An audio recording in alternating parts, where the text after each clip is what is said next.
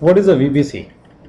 Basically, this is, let's say, Siebel architecture. This is the GUI layer. This is business component, business logic layer. This is database layer.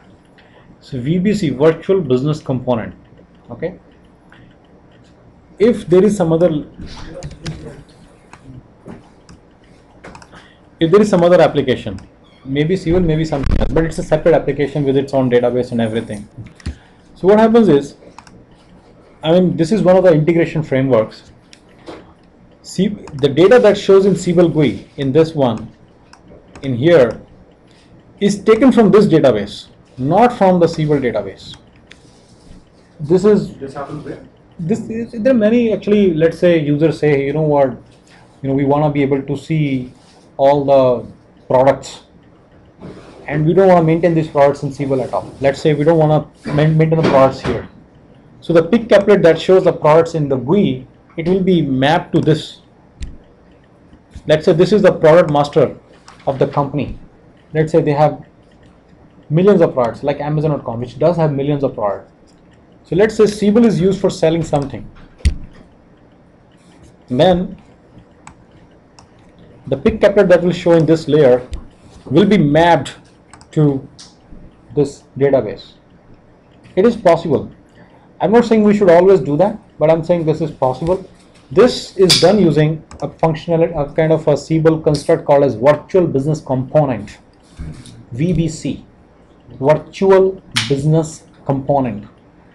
So you basically make a business component which is mapped to this database. Which is not actually in the actual database and is related to some other database. This is another form of database. We don't say related, we say mapped. So this VBC here, it will be a business component which will be mapped to this database. Making sense?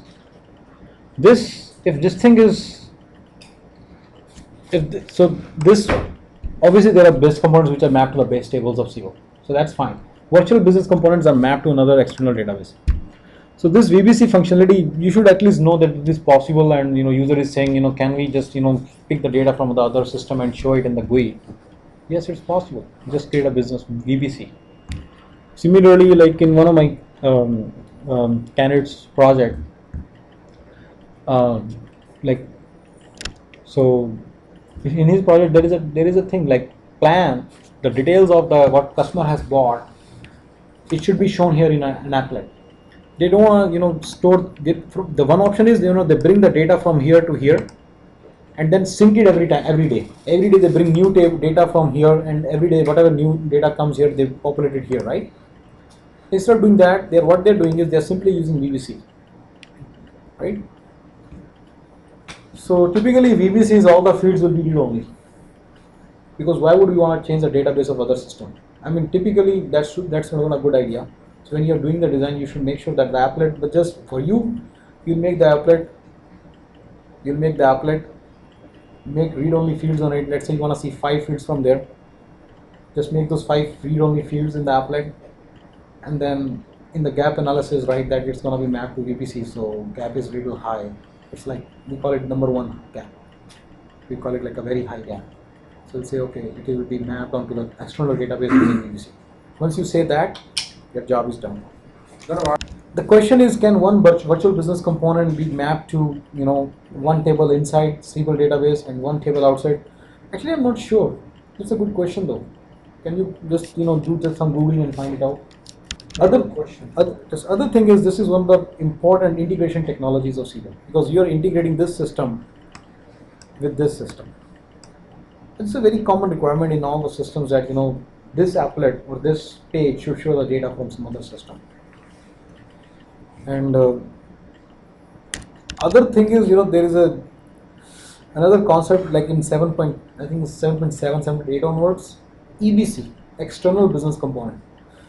Never really hit that guy, so I really don't know. But I think it means probably this is what at a high level it might mean. It doesn't mean I'm not sure really, and I'm not going to go to Google to find out what it is. But this GUI probably would be mapped to an external business component right somewhere here. You can define a business component which will be outside Siebel application. But what does it mean? I'm really not sure, because if it's going to access, what does an external business component would mean in that case? I'm not sure. So newer and newer functionality is coming into SQL, and you gotta be aware of all these things, and you should be able to read these and understand what they're talking about. Okay, just in contrast, EAM runs between database and database. Like here, EAM will run. Database will get stored here, and database will, okay. EAI, it runs at the business object layer level, real time interfaces. First logic integration, it works at the business logic layer level. Like let's say user enters the data here, it will be captured here by the first logic. Let's say this is first logic, okay? So it will go into, from here data will not go into database, it will go to first logic first, like here. Then first logic will manipulate the data and find out whether it's matching with some other data or not. Then first logic will throw a message back here that okay, it is matching with these two records.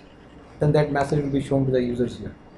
Data till that point would have not hit the database. So that means integration is done at this level. So that's for first logic. Similarly for, I think, DNB integration as well. Data right from here goes, it's a real-time integration. So that's definitely using like business object level integration.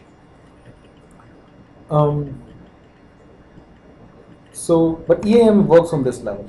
Like data gets populated in the database, and then in the night a batch load runs, right?